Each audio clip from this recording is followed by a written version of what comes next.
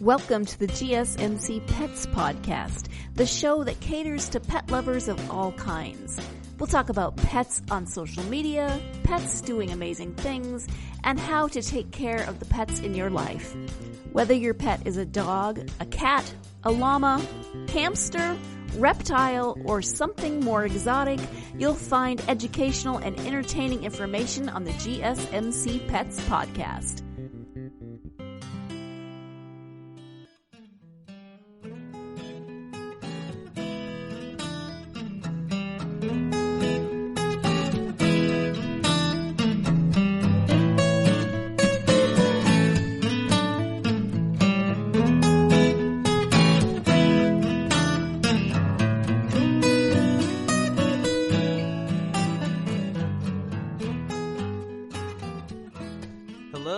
Thank you for tuning in to the GSMC Pets Podcast, brought to you by the GSMC Podcast Network. I'm your host, Alex Fletes. Now, I believe it's no secret on just how much I love animals, but how much I also am a big fan of fantasy. Now, when it comes to fantasy, one thing that I definitely love to do is to see how often I can relate real life and fantasy animals together. And honestly, one of my favorite, most fantastical types of animals are the kaiju. Now, if you don't exactly know what a kaiju is a giant monster. Literally in Japanese translating to strange monster or strange creature. Kaiju are creatures like Godzilla, King Kong, just really giant, fantastical monsters that just seem to be completely implausible. And I kind of wanted to have a little fun with this one today, as, of course, if I'm talking about giant kaiju, how could I not? And what I wanted to sort of talk about today is not only the real-world inspirations for some of the kaiju that you may know, again, such as like Godzilla or King Kong, but also which one would probably make the best pet, if possible. So that's definitely something to consider and weigh out. So I'm going to just list about 5 of them, and we're going to sort of go over which one might have the best applications as a pet, if possible. Not simply their applications, but also just which one might be the most friendly and the most likely to be a really cool pet. So let's kind of jump right into it with the king of the monsters himself, Gojira, or Godzilla. Now, that's actually fun right there. His name, Gojira, which actually has some interesting roots, is Gojira actually seems to be a mixture of the words in Japanese. A mixture of the words gorilla, and which is actually makes sense too because they wanted to use gorilla, and Kujira, which means whale. So that was originally sort of the concept behind the name of Godzilla. At least in his naming variety. But Gojira, and then eventually coming to Godzilla in America because of American sort of dubbing and westernization. Because Godzilla, or God Lizard, kind of, makes more sense to us. But what is interesting is that with Godzilla is a fascinating creature. If you know what he looks like a big dinosaur, large back spikes, and he also kind of looks like an alligator, but he has a lot of other inspirations as well. So he's actually a amphibious reptilian monster with a bit of a dinosaur design, but he stands on 2 legs, and he has a few features. He's, again, aquatic, so having amphibious means that he can live underwater and at least move underwater a lot. However, he still needs air. And he's also, on top of that, he has sort of usable hands. Not thumbs and claws, but sort of like appendages. So Godzilla is typically shown to be the strongest out of all of the kaiju, the most versatile, the most powerful. On top of that, he also has atomic breath. So with atomic breath, which is something I'm not sure many animals are capable of utilizing, except for a cockroach actually being able to endure a nuclear blast, apparently. So maybe that is some real-world inspiration there. On top of that, if we take in, say, his alligator amphibious design, and on top of that, his sort of tremendous power, I'd say that as a creature for assisted living, say you need something to get done, you need to travel through the water, which is definitely probably Godzilla's biggest asset, is his speed and ability to travel across water is definitely a very appreciated one. On top of that, having some inspirations from a Tyrannosaurus, an Iguanodon, and a Stegosaurus, along with an alligator, definitely does seem appropriate. Now, Godzilla actually does have some ties to the atom bomb. At least that's the partial inspiration behind him as well. So apparently he was sort of like a strange creature that was mutated by the radiation of that. So having immunity to radiation is definitely a huge plus to have. However, he would probably also emit a lot of radiation as well, something we don't have to worry about with cockroaches. But it is safe to say that the size and strength of the creature probably outweigh a lot of the flaws, except for if you don't live in if you live in a very dense populated area, having this guy as a pet would definitely be very difficult. Now, again, we have mentioned that he does have atomic breath, which is basically like a blue fire laser beam that shoots out of his mouth. Along with that, Godzilla is also very useful at hand-to-hand combat. Now, I don't know how often you would need a pet to do that for you, but let's just say you did. Godzilla is probably the one you want to sort of go to. And then, of course, some interesting facts about Godzilla is that he actually has on top of having a rugged, tough, visage, his body is very durable for a lot of battling. He also has the ability to regenerate, meaning that, if he got destroyed by, let's just say an arm, a limb, something got chopped off, he can, grow it back. And it's he's very versatile. Godzilla has a lot of versatility in his movesets and a lot of stuff he can do. He's very durable, so you don't have to worry too much about him actually being something you can take lightly. Godzilla can take a licking and keeps on kicking. And thankfully, it also seems that Godzilla is sort of if he was a good or evil, it doesn't seem like he's bad, but he does seem to kind of protect people, or at least live among them. But he's also a catalyst for destruction. So if you can handle a little destruction, Godzilla might actually be the way to go. However, it is also difficult to consider Godzilla a useful pet, simply being that other than his ability to travel across water, which might be useful to you, and his strength, he doesn't seem to have a lot of extra useful versatility that could benefit you as people. But his sort of reliance, or rather acceptance of people, does seem to be a pretty positive note, considering some of the other creatures on this list, and it's considering the reputation of past kaiju as well.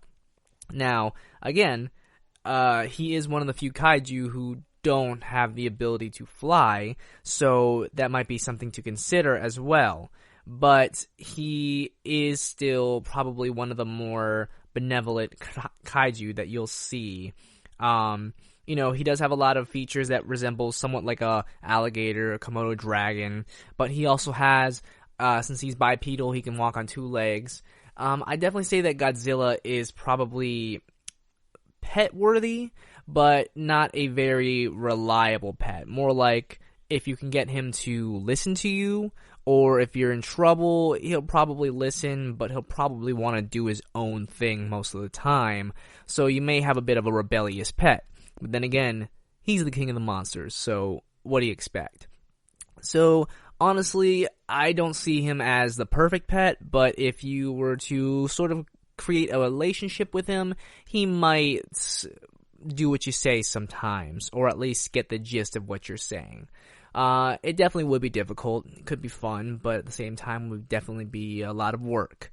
But he's definitely someone who is no stranger to hard work, and would more than likely be beneficial if you needed to get a lot of difficult things done. I mean, as for care, I mean, he's got to absorb radiation, so, you know, in a war zone, he probably would thrive, whereas in a peaceful zone, he might just really need to find a snack somewhere, probably just be sunbathing a lot, getting all that sun radiation. But that's just the way the kaiju stomps. Yeah. But with that being said, we're going to go on a quick break, and when we come back, we're going to talk more about the fantastical, amazing, colossal kaiju out there, and their real-world inspirations, and are they the right pet for you? Stay tuned. We'll be right back. Are you tired of the same old news? Are you sick of the seemingly endless political spin and negativity? The GSMC America's Still Beautiful podcast is a weekly news podcast covering all the top positive and uplifting news stories. We cover stories that will inspire, uplift, and remind you of the good in the world. Tune into the Golden State Media Concepts America's Still Beautiful podcast to get all the great and positive news stories of today. Download the GSMC America's Still Beautiful podcast on iTunes, Stitcher, SoundCloud, Google Play, or anywhere you find podcasts. Just type GSMC in the search bar.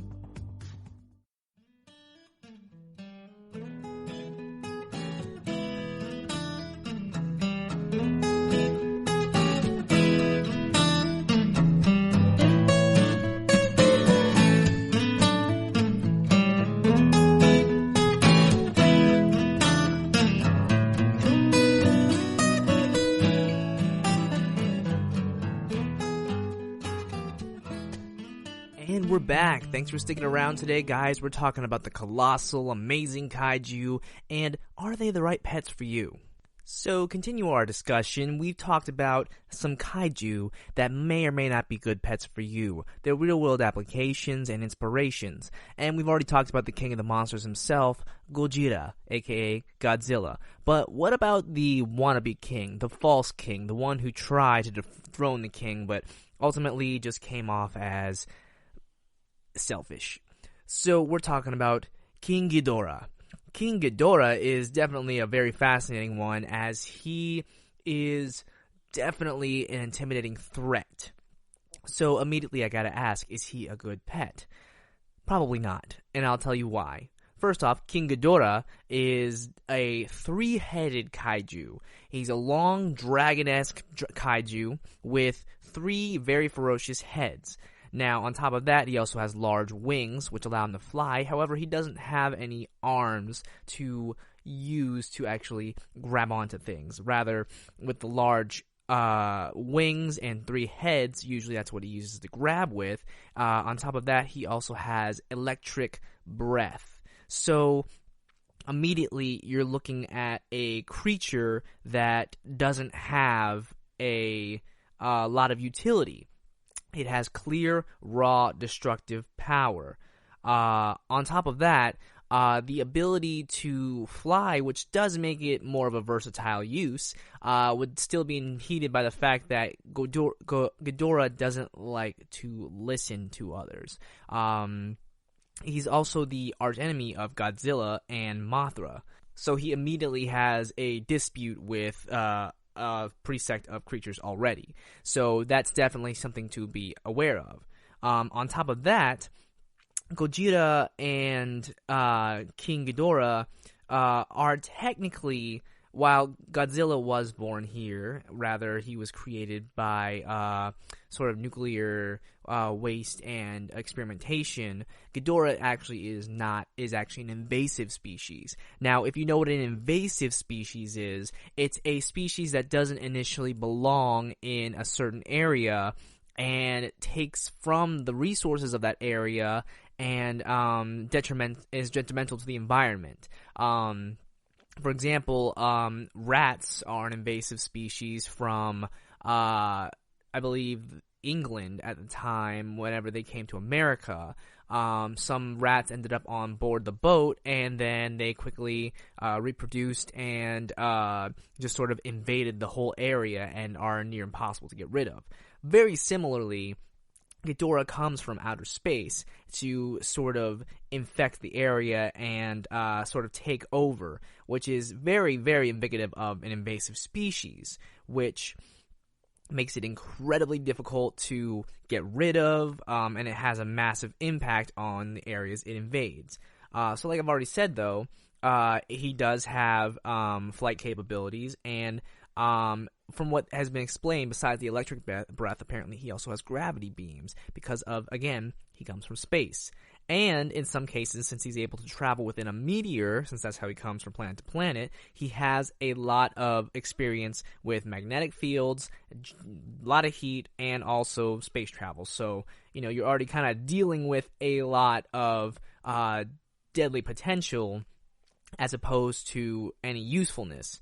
Well, he's still big, so maybe we can, use that as a lifting point. Okay, Godzilla's big and a lot of others are as well, but whenever you have something that's big in size but doesn't really have any positive traits to go back on, it becomes more of a liability than it would of ever becoming a useful creature, and hence would not be a good pet. But let's talk about the possibility if you could get King Ghidorah to be a pet. What are some of the usefulnesses? Well, let's put it this way. You could ride on him and fly on him, and he could fetch things from space for you. That's probably about the biggest uses you could really get out of King Ghidorah if you wanted to have some type of pet relationship with him. On top of that, you also have to keep in mind with 3 heads, it's definitely going to have a temperament problem. Now, I did fail to mention the fact that he also has regenerative capabilities, which are definitely great. Real world reptiles do have this, at least a small percentage of them do, to where some reptiles, such as iguanas, can actually flick off their tail if they feel they are in distress and can use that as a distraction against enemies. However, iguanas can only do this once and won't regrow their tail. Some lizards, common lizards, can do the same thing with their tail and it'll grow back later on, or even with limbs. Arm comes off, it'll grow back. But Ghidorah cranks us up to 11, where if his head's ripped off, it comes right back. So that's definitely great for utility of Ghidorah himself, but how does it help us as people? It doesn't. However, if we were to study Ghidorah for that ability, we might actually be able to use that for our benefit. But that's not a pet relationship, that's us taking from Ghidorah. But then again, Ghidorah takes a lot from us as well. So this is a very difficult situation because while it could be a potentially amazing, fantastical pet, I don't believe Ghidorah could ever be an awesome pet. Well, he would be awesome, that's for sure, but he would not be a appreciative pet. So, with that said, Ghidorah and Godzilla are definitely 2 different creatures. Definitely enemies, definitely, complete polar opposites, however very similar, being that they are powerful, they are essentially 2 kings. Some interesting things is that because Ghidorah is based off of a more fantastical animal, like a dragon, rather than having some real-world applications, that's also probably why it's so difficult to say he would make a good pet. And there are a lot of very difficult ways to consider Ghidorah to be a beneficial pet as well. It has 2 tails, it has bat-like wings, it's armless, it's bipedal, so it's basically Godzilla with more firepower than muscle. But he is strong, but he's a completely angry beast. And if he was real, we would consider him a wild animal and would try to keep him away from people. But unfortunately, that's the way it can be with animals sometimes, is that there are some animals we shouldn't have really much connection with. We should let them be as they are. However, with invasive species, if there's a way to keep them away from the mainlands or keep them under control, that's usually the goal. So, is Ghidorah okay to leave alone? Would he be a pet? Would he be better off as a exhibit, or even just, subdued? That's the question to wonder. But seeing as the fact that we don't have to worry about that for now, I'd say that we're good. But with that being said, we're about to go on another quick break. But when we come back, we're going to talk about more amazing colossal kaiju out there, their amazing real world relations, and are they the right type of pet for you? Honestly, there might be a few in here that might surprise you, and some you may not have even heard of if you don't know much about kaiju. If you don't know much about kaiju, you should definitely go look into the Godzilla series. There's several, a lot of history to go over, and they're very amazing movies, and they really do make you look at animals and sort of what if a creature did get this big, because believe it or not, a long time ago, some animals were indeed giant, and this could have possibly been a real discussion back in the day. But until then, we're going to go on a quick break. Stay tuned. We'll be right back. Tired of searching the vast jungle of podcasts? Now listen close and hear this out. There's a podcast network that covers just about everything that you've been searching. Hey! The Golden State Media Concepts Podcast Network is here. Nothing less than a podcast bliss with endless hours of podcast coverage. From news, sports, music, fashion, cooking, entertainment, fantasy, football, and so much more. So stop lurking around and go straight out to the Golden State Media Concepts Podcast Network. Guaranteed to fill that podcast itch. Whatever it may be. Visit us at www.gsmcpodcast.com. Follow us on Facebook and Twitter, and download us on iTunes, SoundCloud, and Google Play.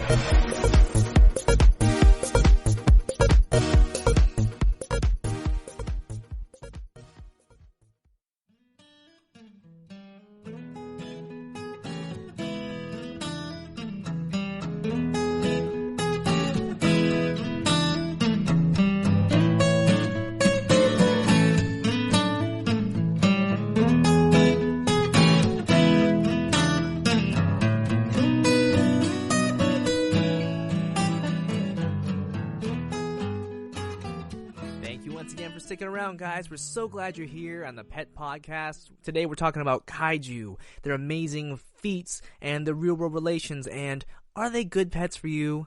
Let's find out. So earlier in the podcast, I've already talked about the two big boys, the big bads, the kings, the rivals, the eternal big battles to come, Godzilla and King Ghidorah, explaining that Godzilla himself might be a semi-decent pet, with his amazing strength, versatility, aquatic abilities, and reptilian design, and how King Ghidorah, with his dragonic design, massive destruction power, and also being an invasive species, would be a very terrible pet. But what probably has to be one of the most versatile and incredibly useful kaiju is probably the one a lot of people least expect upon first viewing, and that would be the queen herself, the fluttery, beautiful, gentle kaiju, the one that simply, most people would simply consider very creepy in most cases, but yet is actually very amazing, Mothra. So Mothra, as it sounds, is a giant moth, or rather a large, sort of butterfly-like moth. Very unique, very special design, and it's also one of the few kaiju that go through multiple stages whenever usually introduced. So Mothra is a giant moth. Let's just kind of get that out of the way right now. So if you have any experience with moths now, then you might kind of know how this goes. But much like most insects, they have a simple larva stage to a cocoon, and then after it's ready to hatch, she becomes Mothra. Now, Mothra is interesting simply because although she can cause destruction, she usually is also pretty benevolent with her ways, usually only attacking if attacked or provoked, or to defend something like, say, eggs or even people. So Mothra actually does have a good relationship with people, somewhat like Godzilla. What is special about her is not only does she have very amazing, abilities as a moth, but she also has telekinesis, or rather the ability to communicate. So she actually has the ability to communicate with humans in a way. Now, obviously, it's very simple that with Mothra, you could just say she's a big bug, fire will kill her. So she's not exactly the most powerful when it comes to say, destructive power, but however, then again, a giant larva or a giant moth can still do more damage than a lot of things that we can make. But she is also a lot more benevolent, so she's actually more willing to do good. And because she also, in some cases, has the ability to have sort of psychic abilities to communicate with humans or even help destroy her enemies, she actually has ways to communicate better, which makes it way more beneficial for us as people. Now, of course, on top of that, having, say, having strength, and also, of course, the ability to fly, those are two very important staples of a kaiju, especially ones with wings. That being, she can fly. She can fly people around. She can lift things. So we need to get freights. We need to get a rescue out in the middle of the water. She can scoop that right up like it's nothing. So she obviously has a lot of versatility, especially with her way to communicate. On top of that, she does have a few other things, such as she has scales that can sort of produce noxious gas, poison enemies, and things like that as well. And I think her most useful benefit to people is her production of incredibly strong, durable silks. So we as people actually do have spider farms that harvest silks from spider webbing to make strong clothing or fibers. So this, to a incredibly ridiculously amped up level, would actually be incredibly beneficial to people. On top of that, if you as a person is able to communicate with Mothra and asking her to do very simple things, she would probably be a very great pet. And if she's able to communicate her needs, then she would easily be able to be one of the best assets for people or for a person as well. Now, obviously, that does come with some stuff as well, as you'd have to be very adaptive to Mothra's needs, because she's not simply just going to do what you say because you tell her to, because she is one of the most powerful kaiju, and she also does have sort of a method to what she does. So, much like real-world insects, you can't really command insects. You can only sort of guide them around to what you need. So there aren't, as far as I know, there aren't a lot of people who have like moth farms, but moths are pretty much creatures of instinct, but they're incredibly harmless for the most part. And Mothra definitely wouldn't be an exception to that. However, with her amazing powers, and especially the ability to communicate, that does incredibly change up a lot of things about her. And I believe she actually can communicate much better than Godzilla can, so if she is able to actually help, she might be able to actually help persuade Godzilla easier than it would be to try to communicate with him. So that's actually a huge benefit too.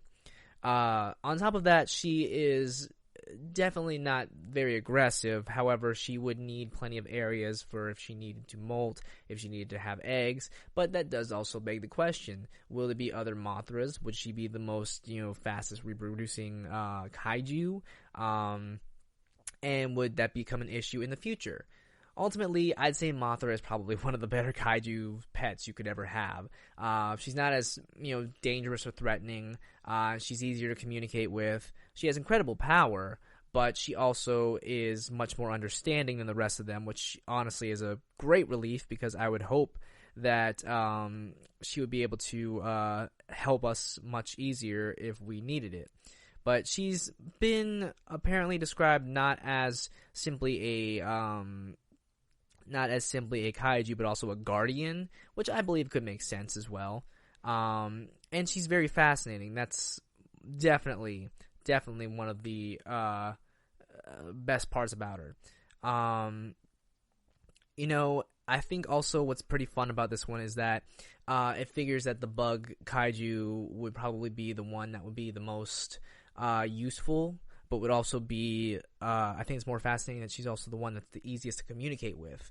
And I think that it would cause people to kind of look at things a little bit differently, because what's fun about them is that bugs aren't inherently disgusting or gross or dangerous. They're only as dangerous as we put them to be, and if given the right circumstances, can actually be very useful, if anything, also very beautiful creatures.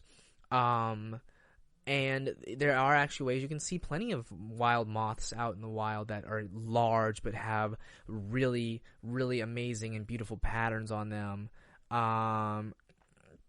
and it just kind of works out very well how good these creatures are.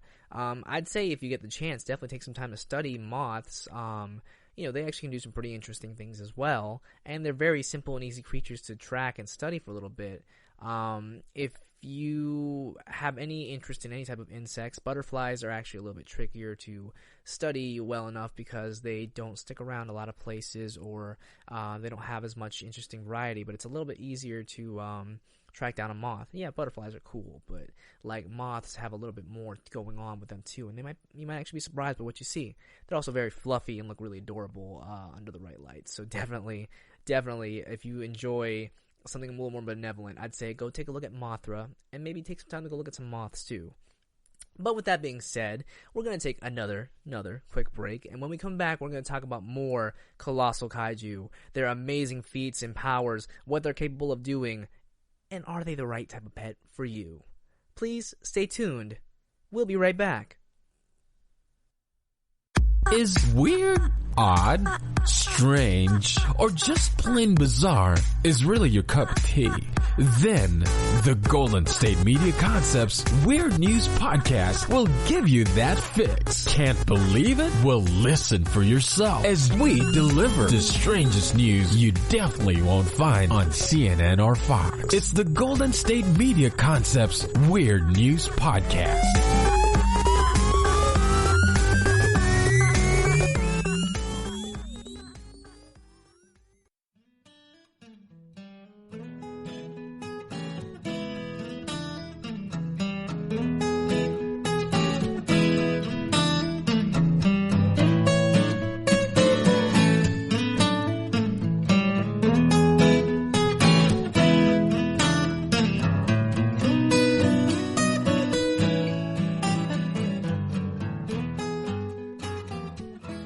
And we're back. Thanks for sticking around today. We're talking about kaiju, their amazing, fantastical powers, their colossal size, and are they the right type of pet for you? So we've previously talked about some pretty big and popular kaiju, but there's one that I think I really wanted to spend some time to talk about, and that's probably the nasty kaiju. The one that's known for its destruction and known for pretty much all of the, terrible things kaiju are known for. Its destructive power and its bad attitude. It's Rodan. Rodan, the flame kaiju. Now, Rodan is interesting because again, it's actually based off of something in the real world, but it's based off of something we have only a certain amount of knowledge on. Rodan has the most dinosaur-esque appearance. It mainly looks like a large pterodactyl, mixed a little bit with a T-Rex as well. It's a very interesting creature, and it definitely succeeds where King Ghidorah fails, as in it actually has digits and hands to grab things. However, it's not as powerful as King Ghidorah. Now, what's interesting about Rodan is that although he's not as big or as tough as King Ghidorah, he does have a large range of abilities, and he's also known to be very nasty. But that still doesn't answer my question. Is Rodan a good pet?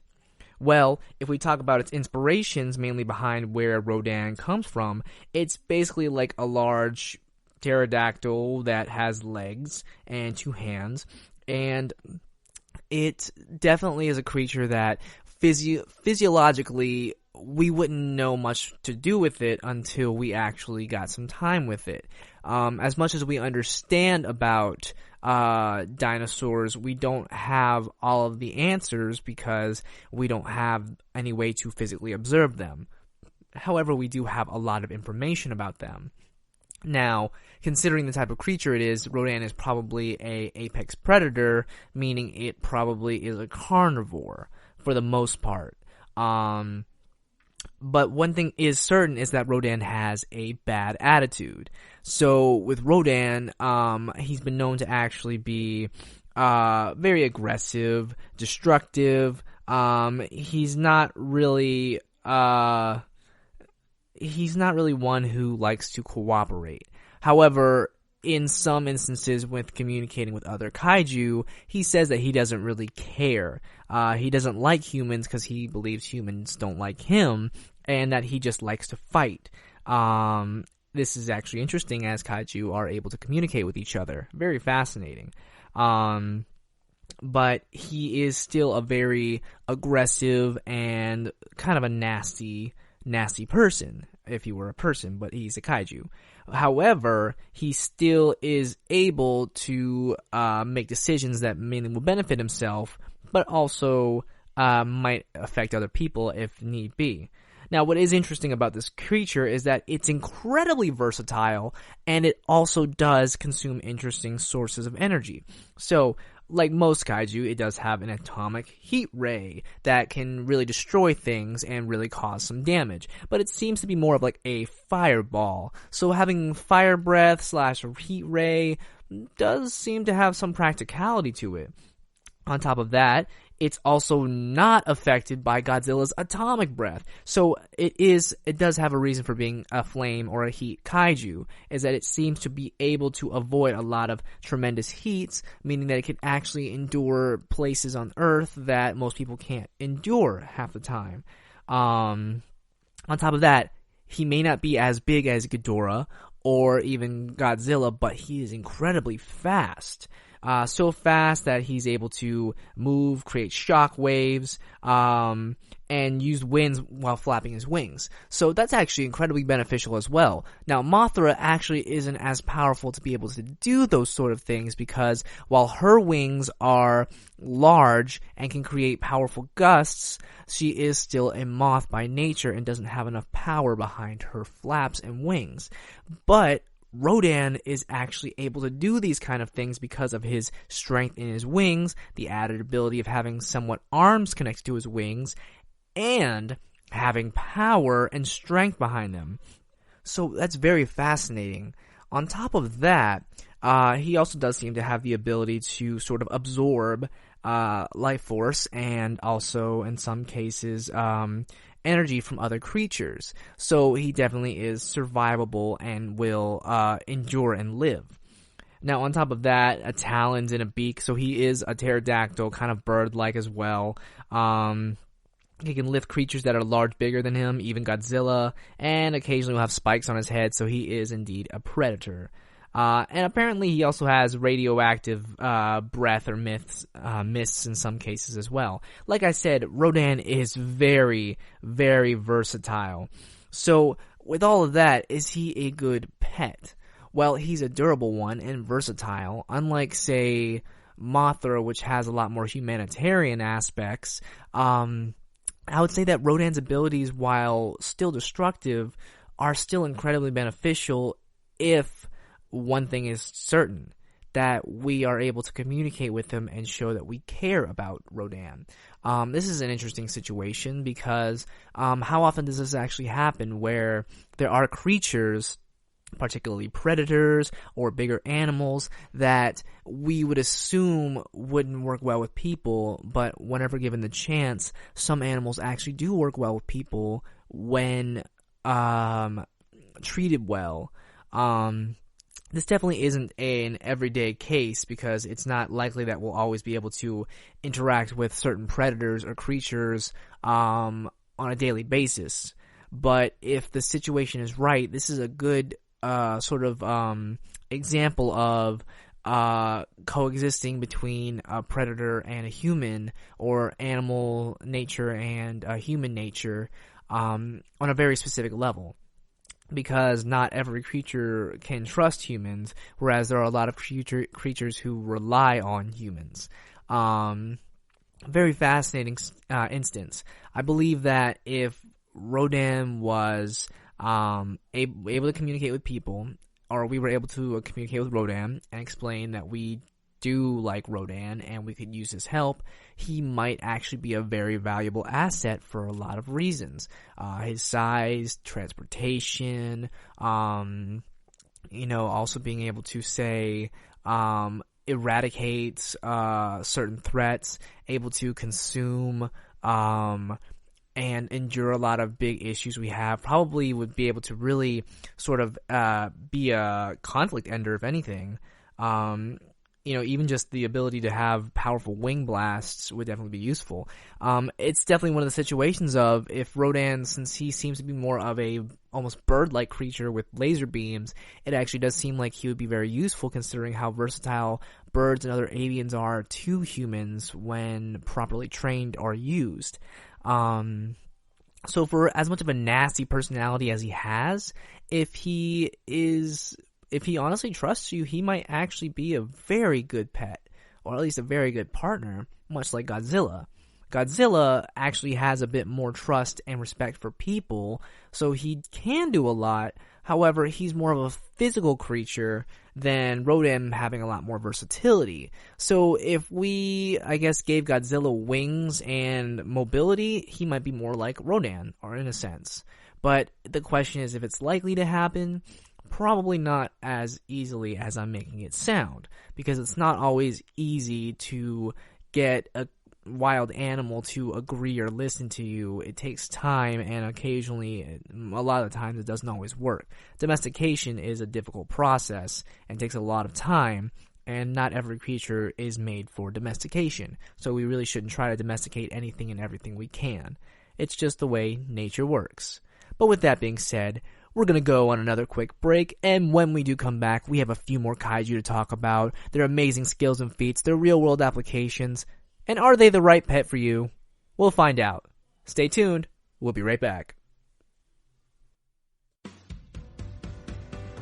The Golden State Media Concepts Travel Podcast, the show that gives you advice on everything travel. We explore places you've always wanted to go, as well as giving tips for traveling in those places. We'll give you advice on the best sites for travel tips, information, and discounts. Join us as we travel the world, explore cultures, and meet new people. The Golden State Media Concepts Travel Podcast has got you covered. Download the GSMC Travel Podcast on iTunes, Stitcher, SoundCloud, Google Play, or anywhere you find podcasts. Just type GSMC in the search bar.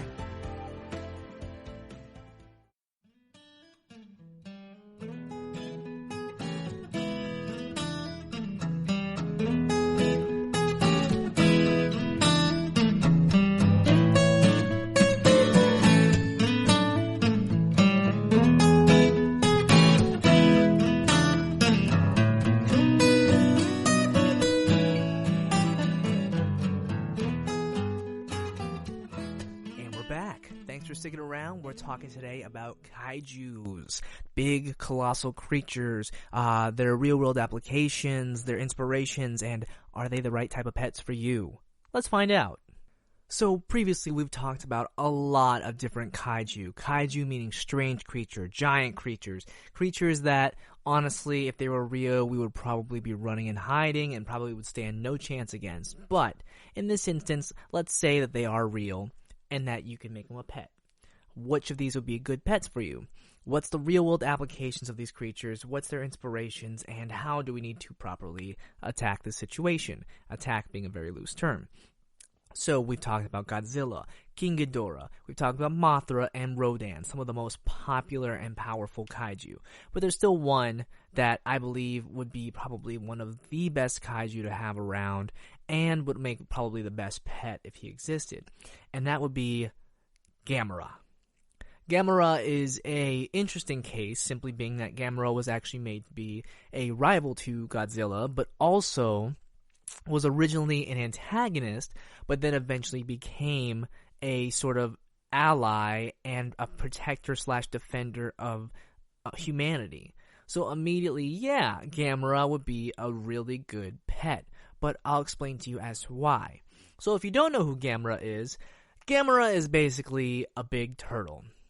He's a big turtle, kind of dinosaur creature, who also has the ability to, stand on two legs. It's pretty strong and powerful, and it also has some interesting abilities, such as he can fly. But he's a turtle. On top of that, he also has a lot of other abilities. He's able to actually consume certain dangerous materials, which I'll explain about in just a minute.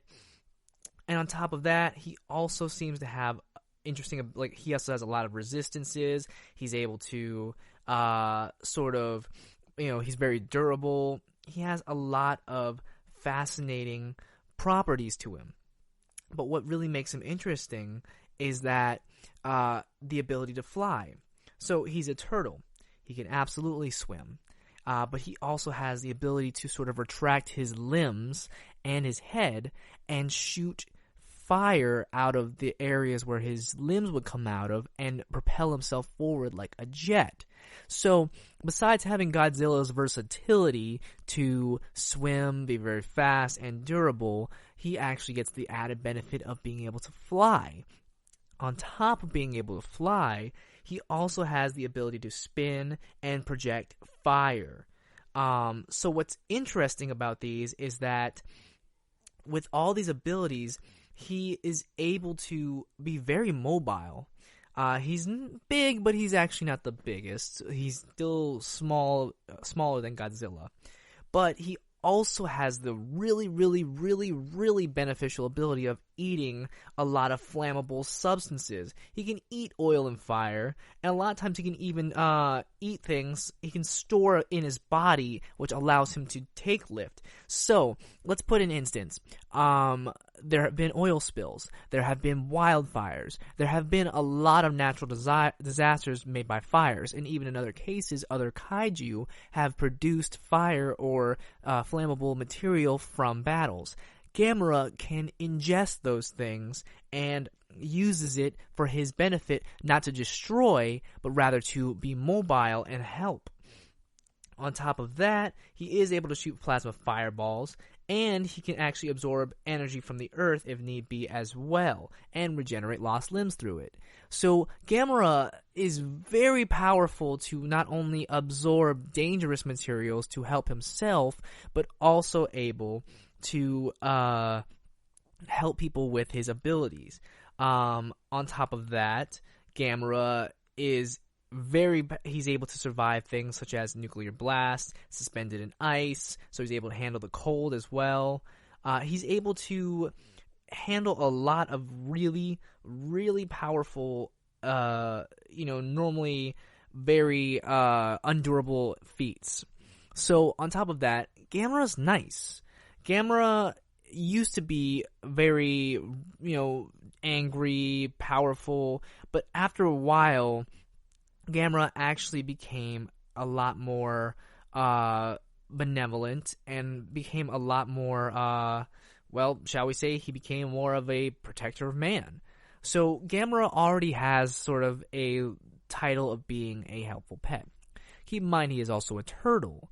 So with Godzilla being more of a lizard, alligator, amphibian, Gamera is more of a turtle that's able to help, that's able to shoot fire, fly, so he's actually faster than Godzilla, and actually even travel to space. So Gamera has a lot of the best qualities of the kaiju, with very little repercussions. I think the only issue is that he isn't as destructive as other kaijus. But if we're looking at it from an aspect of which would make a better pet, Gamera would definitely make a really great pet. I think his only downside would simply be that since he's so benevolent already, he probably wouldn't want to be stuck in one place. He'd want to be helping as much as possible. Now, due to his real-world inspirations of being a turtle, it does also beg the question of, outside of his mobility with his jets, with his special abilities, he still is a turtle, so he does have a lot of natural weaknesses. And also, besides being able to eat fire, what else does Gamera eat? But even that still being said, he is definitely a good pet. I just don't think he would be the perfect pet unless you were willing to share him.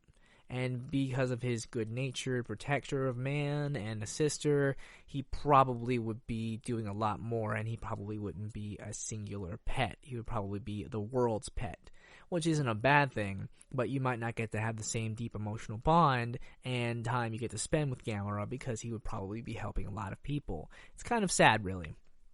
But with that being said, it still would be very fascinating to have such a fantastical pet like that roaming around.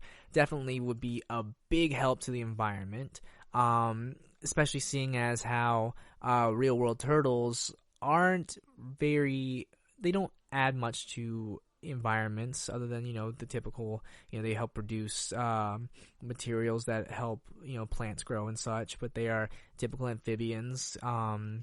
They do eat some bottom feeders and such. But Gamera is definitely a big cut above other turtles as well.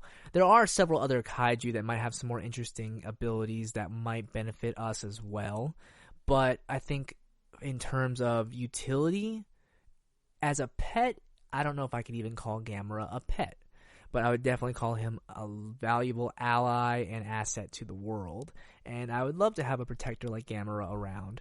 I just don't know the likelihood of it because everyone would probably be needing Gamera every few seconds.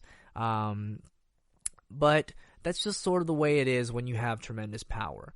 And certain creatures, and as people, certain creatures do get a lot of priority, whether they're more interesting, whether they're have a lot of utility, and that really does sort of say how we react to creatures like this. Do we take too much advantage of certain creatures that have unique abilities or that are really useful to us?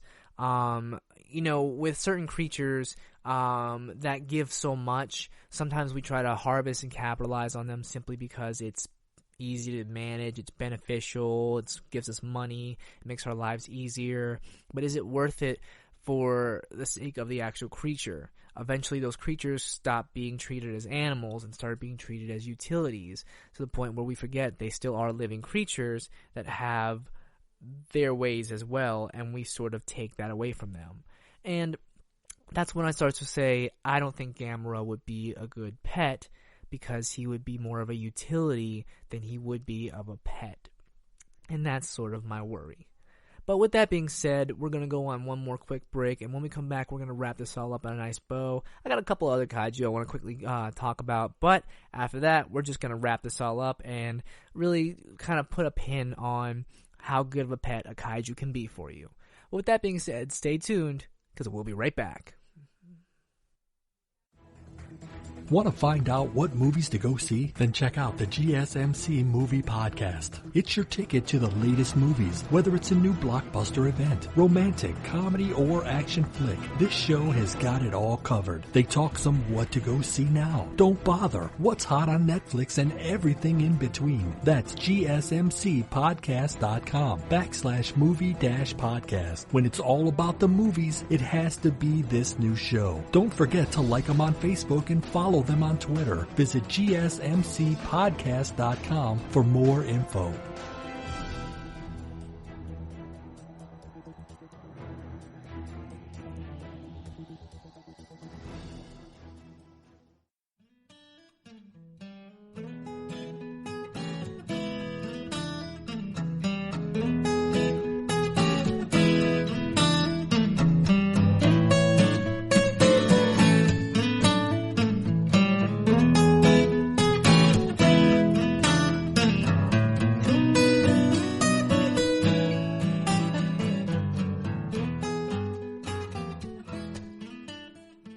And we're back. Thanks for sticking around. We've been talking today about kaijus. They're colossal creatures with very unique abilities, and are they the right type of pet for you? Now, we've talked a lot about the big boys, Godzilla, King Ghidorah, everyone, that really just kind of gave me interesting topics to talk about. Now, there are a lot of other kaiju out there, and I mean a lot, and unfortunately I don't have the time to talk about every single one of them. But I did want to sort of bring it all to a nice little conclusion here, in the fact being that there are some kaiju that have more exact real-world implications, such as, we have the simple Kumonga. Kumonga is an interesting one, simply being that it's a big spider. It's a big spider, and sometimes in the English versions it's called Spiga. But despite the fact it's a big spider, it has a lot of attributes from real-world spiders. It's been able to take hits from Godzilla's atomic breath. It actually does seem to have an interesting way that it actually can spit its webs out rather than simply shooting it out from its web sac, which actually there are real spiders in the world that can do that. And it does seem to be able to jump much like a jumping spider, so that seems to be where a lot of the inspiration does come from. Question remains, though: does this spider kaiju actually have real-world applications? More than likely not. It's more of a mindless drone. But if given the time to actually, take time to adjust to people, it could possibly have some time. Maybe even if it was able to be farmed for silk, which might be a very powerful silk, I might add, would probably be able to revolutionize the way that we use construction and building. But as a pet, a beneficial pet, it might not be such the case. Simply, it might be too much of a wild card to actually have in society or as an individual. Another kaiju that actually is not originally a kaiju but has made its way into there is the legendary, the granddaddy of them all, the probably only mammal of kaijus, that being, King Kong.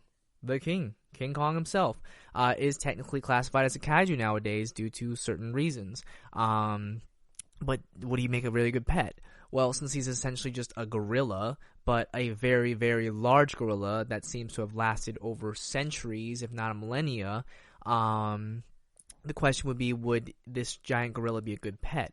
I think if the movies themselves had said anything, is that under the right circumstances, it could indeed have a nice relationship with people. And seeing as it is still a mammal and definitely much more related to humans through the process of the differences in DNA and such, it might actually be a decent comrade to humans. But as a pet, Godzilla seems very unstable and extremely territorial, usually only taking interest in its own wants and needs. So it would be very conditional to actually say if a large gorilla would make a good pet.